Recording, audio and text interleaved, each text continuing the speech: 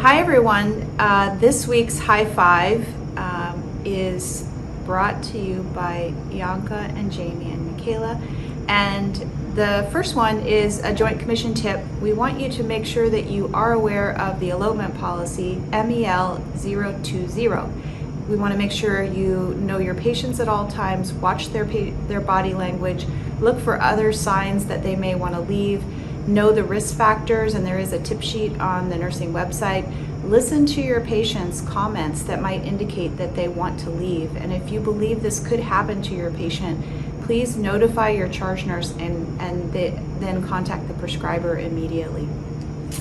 Number two, we'd like you just to have a few reminders about patient identification. We want you to use always your 2 patient identifiers when administering medications, drawing blood, or doing any other clinical procedures. The patient's room number should never be used as an identifier.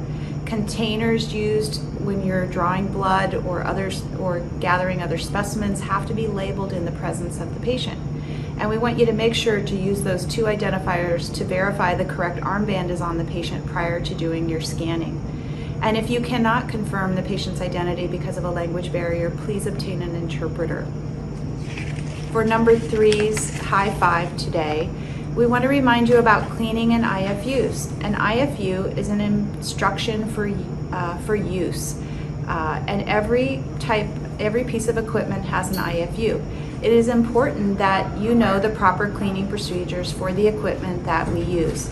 All equipment has something called an IFU, or instruction for use, that guides us.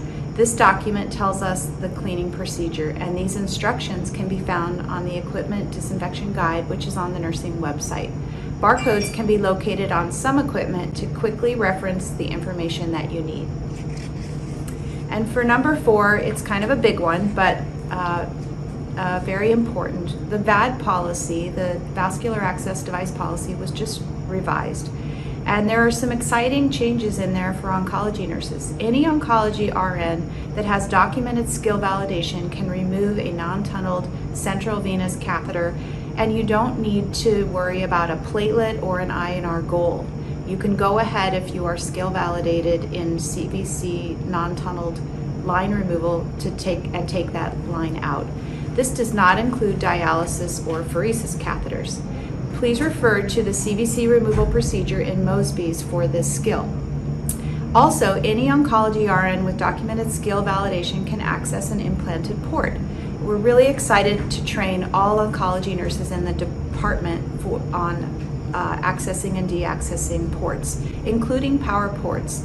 There's a new myLearning module, and that's going to be assigned to all of you, and it must be completed prior to performing your skill validation.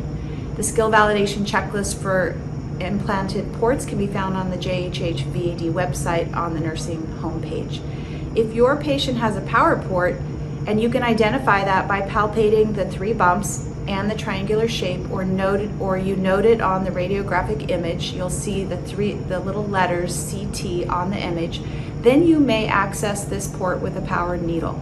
This is very important on admission for our patients or when they come into the ambulatory area, because they may be prescribed a CAT scan, and we don't want patients going down to CAT scan with the wrong needle in their port, because then we have to reinsert a new needle, and that increases the risk of CLABSI. And finally, please check out our new and improved VAD website on the JHH nursing website. It is really neat. It has 12 tiles with many resources for vascular access management and CLABSI prevention. One of the tiles is titled Skill Validation Checklist, and this is the only place you should be downloading your skills checklist for your staff from. And last, number 5, is our IV push policy.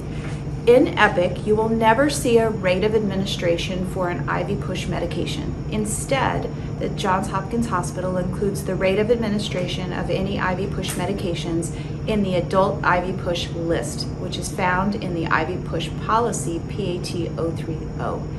And this includes your chemotherapy drugs that are IV push, such as adriamycin, daunorubicin, bleomycin, and more. Thank you for listening to this week's HiFive.